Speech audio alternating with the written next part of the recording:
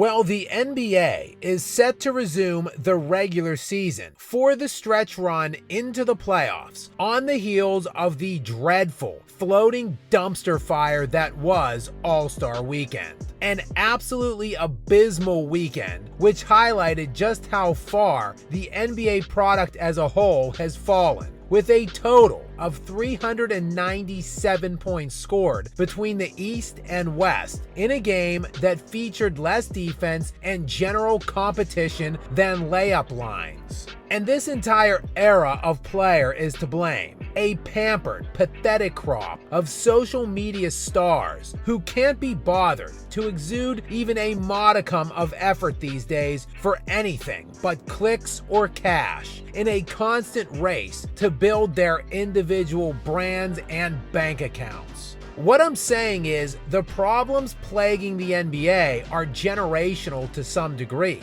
but the bums helming the league offices who have empowered these loser players are also culpable, and no individual figure more so than the lead clown of this circus, Commissioner Adam Silver. And Silver graduated from the University of Chicago Law School with a JD degree in 1988 and joined the NBA in 1992, where he held a variety of positions before ultimately becoming the COO and Deputy Commissioner in 2006. It would be when David Stern retired in 2014 that Silver would assume the role of league destroyer, presiding over a meteoric collapse of the league, which continues to meet new and never before seen low points under his watch. And sure, this isn't all his fault, as the league offices have been on a never-ending crusade since the mid-90s to enhance scoring and minimize defensive efforts, as the decade of play from 1995 to 2005 had league-wide scoring averages of just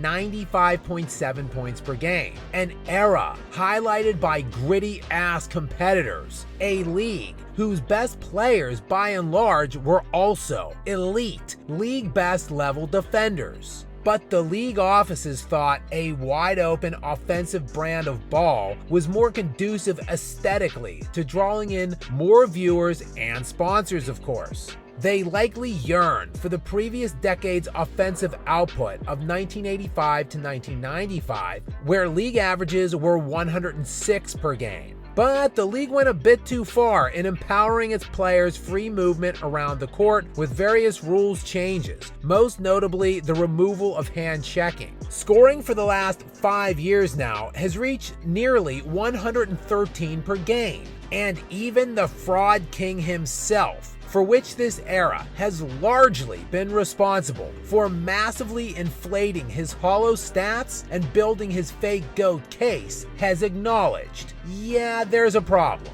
I don't know. I think it's something we need to figure out. I don't know where's the median, because this is what a lot of the games are starting to look like now too. The admission likely only comes now as LeBron's playing time is nearly finished, and he sees this current, younger crop of players having full careers in this filth as viable threats to surpass everything he has worked so hard for 21 years of stat padding to create. Meanwhile, LeBron's bestie, Commish Penis Head, has also been getting a little testy as of late, as Silver himself seems to be growing less enthralled with the current product. And to the Eastern Conference All-Stars, you scored the most points.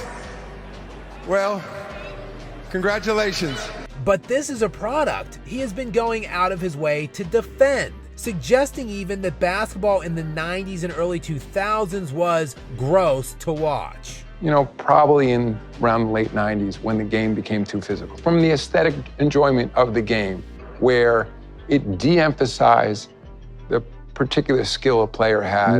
What's grosser to watch, though, is a bunch of prima donnas making hundreds of millions of dollars these days, jogging up and down the court, making uncontested layups and dunks. But as the saying goes, you can't put the genie back in the bottle. And Silver has been culpable with his idiotic little gimmicky and amateurish additions, like the play-in tournament, which only degraded the importance of the regular season even more. Perhaps though he did uncover a tactic this year with his in-season tournament to coerce this current crop of pampered TikTok stars into actually caring about the NBA's regular season. Bribing them, of course. And as those aforementioned salaries continue to swell and reach unimaginable heights amid an era where many of the star players can't be bothered to play even 60-something games, with load management and player empowerment continuing to ramp up, this makes perfect sense. Pay them more.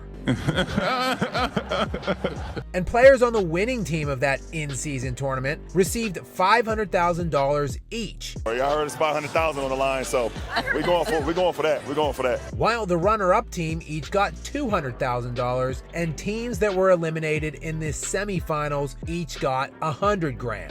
But there is likely no amount of money that is fixing this product overnight, just like there was no destroying it overnight, as evidenced in 2004 when hand checking was removed, but the era of players that were already in the league during the early to mid 2000s were still going to defend aggressively, despite what rules changes were made. So while scoring would see an immediate and drastic uptick from 93 points to 97 in just one season from 2004 to 2005, league-wide averages would remain in the 90s over the next 10 years that would follow from 2004 to 2013. It wasn't until those players aged out and this current crop of soft losers took over and the destruction of the NBA was complete. Silver's job now is to find a way to reinvigorate the incoming players and infuse them with a fundamentally different outlook on defense and overall effort. But as annoyed as Silver seemed in the aftermath of the garbage weekend we were all just subject to,